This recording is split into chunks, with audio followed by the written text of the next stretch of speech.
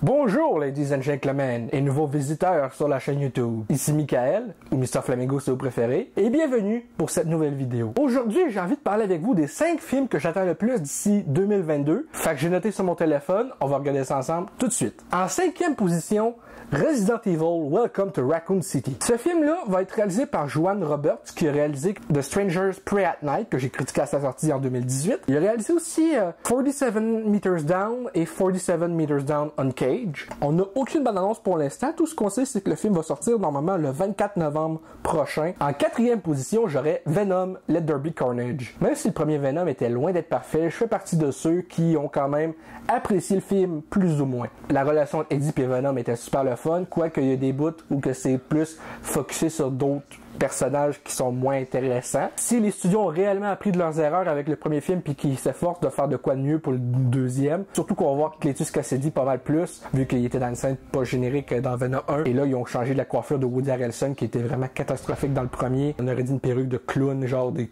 sets de costumes, tandis que là ils ont quoi pas mal plus réaliste en termes de chevelure. J'espère que ça va être bon, parce que la bande-annonce a de la vraiment cool, surtout le maigre bout qu'on voit Carnage se déchaîner, fait que j'ai hâte de voir ça. En 3e position, Halloween Kills. Halloween 2018 était l'un des films que j'attendais le plus de cette année-là. Halloween Kills devait sortir l'an dernier, mais il a été repoussé à cause de toute la pandémie, fait que ça m'a fait bien chier. J'ai vraiment hâte de voir cette suite parce que justement je suis un très grand fan de la licence Halloween. De voir cette nouvelle timeline avec Halloween 2018 qui se passe après le Halloween de 78, mais qui retconne un peu le fait que Michael Myers est parti après avoir été tiré 6 fois par Dr. Loomis. Je trouvais l'idée intéressante, qui a passé les derniers 40 ans derrière les barreaux. Et là, de voir comment le dernier film, justement, se finissait, j'ai vraiment hâte de voir, non seulement comment ça va commencer, comment ça va se passer, puisqu'on sait qu'il va y avoir un Halloween Ends qui commence le tournage normalement cette année, pour sortir peut-être l'an prochain. J'ai hâte de voir est-ce que ça va finir sur un cliffhanger un peu comme le dernier, ou que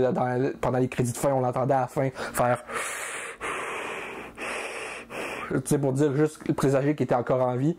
On se croise les doigts. Bon, là, vous allez peut-être trouver ça poche, mais les 2 premiers choix que j'ai dans ma liste, c'est des films de super-héros.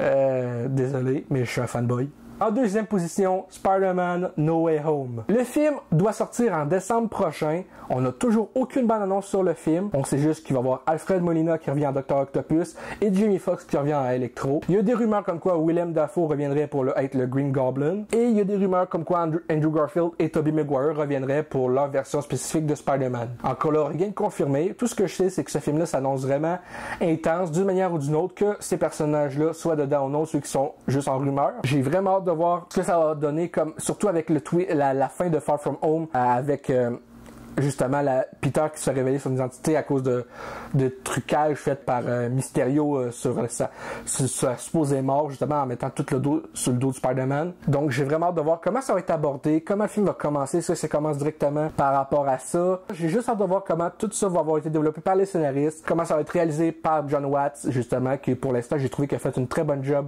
avec Spider-Man, Homecoming et Far From Home. Je me croise les doigts encore une fois. Et en première position de mon top 5 des films que j'attends le plus d'ici l'an prochain, The Batman. The Batman devait initialement sortir en octobre cette année quand il a été révélé au DC Fandom. Malheureusement, il a été repoussé au 4 mars 2022, une journée avant ma fête. Yeah! J'ai vraiment hâte de voir ce que ça va donner parce que je suis un très grand fan de Robert Pattinson. Non, pas à cause de Twilight. Toi, tu sors. Plutôt à cause que j'ai vu ses autres performances dans des films comme The Lighthouse, Good Times. Il s'est vraiment démarqué depuis même lui, il déteste Twilight. Moi, je me fie à sa performance dans surtout The Lighthouse. Surtout la scène où il tue le style de Goéland en smashant. S'il joue Batman avec autant d'intensité, que la scène dans The Lighthouse où il démolit le Goéland, ça va être un film de malade. Sa prestation va être rentrée dans les annales. J'ai vraiment hâte de voir sa performance de Robert Pattinson en Bruce Wayne en Batman, surtout avec la scène du teaser de DC Fandom qu'ils ont montré l'an dernier, où il casse le bras du gars, puis après ça il continue le puncher, puis là il punch encore 2 autres fois quand le gars tombe une fois qu'il est tombé à terre. J'ai vraiment hâte de voir aussi Andy Serkis en Alfred, Colin Farrell en le Pingouin, John Turturro en Carmine Falcone, Zoe Kravitz en Selina Kyle. Il y a tellement de personnes, surtout aussi Paul Dano dans le rôle du Riddler. Ça laisse vraiment présager que c'est vraiment un film Batman Batman qui va être différent de ce qu'on a eu auparavant. Enfin bref, c'est tout pour cette vidéo top 5. J'espère que ça vous a plu. Si c'est le cas, n'hésitez pas à me le dire dans les commentaires, à laisser un petit like, ça fait toujours plaisir, et un abonnement à ma chaîne pour de nouvelles vidéos chaque semaine normalement. Sur ce, n'hésitez pas aussi à me suivre sur les réseaux sociaux, lien dans la description. Vous pouvez également aller visiter mon site web divertissementflamminator.com. Sur ce, je vous dis à très bientôt pour de nouvelles vidéos.